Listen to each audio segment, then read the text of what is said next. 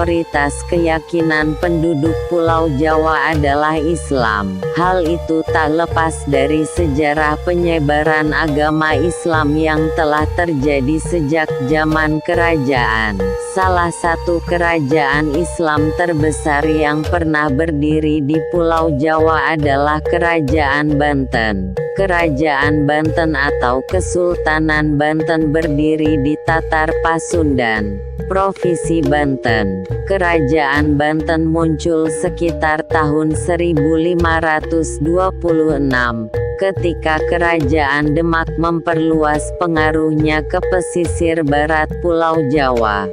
Awal berdiri. Pada awalnya Kerajaan Banten merupakan wilayah perluasan Kerajaan Demak. Saat itu, Kerajaan Demak memperluas pengaruhnya dengan menaklukkan beberapa kawasan pelabuhan di Pulau Jawa, dan menjadikannya sebagai pangkalan militer serta kawasan perdagangan. Maulana Hasanuddin atau lebih dikenal dengan Fatahillah, yang berperan besar dalam penaklukan tersebut, dan mendirikan benteng pertahanan yang dinamakan Surosowan. Tempat ini kemudian menjadi pusat pemerintahan Kerajaan Banten. Seiring dengan kemunduran Kerajaan Demak, Banten melepaskan diri dan menjadi kerajaan yang mandiri. Pada tahun 1570, Fatahillah wafat dengan meninggalkan dua anak laki-lakinya, yaitu Pangeran Yusuf dan Pangeran Arya. Pangeran Yusuf kemudian menggantikan posisi Fatahillah, sementara Pangeran Arya berkuasa di Jepara. Masa kejayaan Kerajaan Banten. Setelah berganti pemimpin, Kerajaan Banten akhirnya mencapai puncak kejayaannya saat dipimpin Sultan Abdul Fattah. Pemimpin yang lebih dikenal dengan nama Sultan Ageng Tirtayasa tersebut memerintah pada tahun 1651 sampai 1682.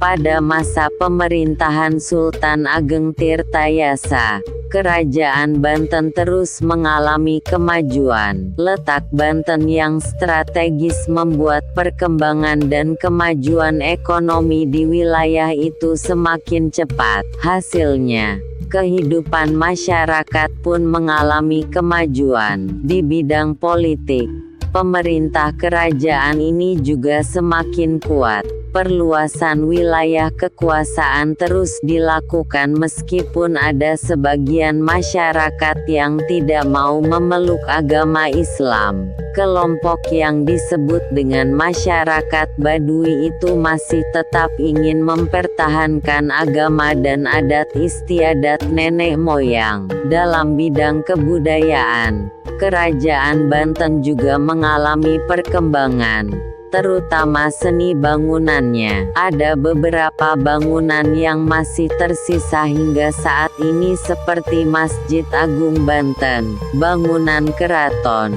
dan gapura-gapura. Kemunduran Kerajaan Banten. Masa kemunduran Kerajaan Banten dipicu oleh konflik yang timbul di dalam istana. Saat itu, Sultan Ageng Tirtayasa berusaha menentang VOC, tapi kurang disetujui oleh Sultan Haji sebagai raja muda. Perselisihan tersebut dimanfaatkan oleh VOC dengan melakukan politik adu domba, atau yang dikenal dengan divide et impera. Mereka membantu Sultan Haji untuk mengakhiri kekuasaan Sultan Ageng Tirtayasa. Namun, berakhirnya masa kekuasaan Sultan Ageng Tirtayasa malah membuat kekuasaan VOC di Banten kian menguat. Seiring berjalannya waktu, pada akhirnya situasi tersebut membawa Kerajaan Banten pada kemunduran.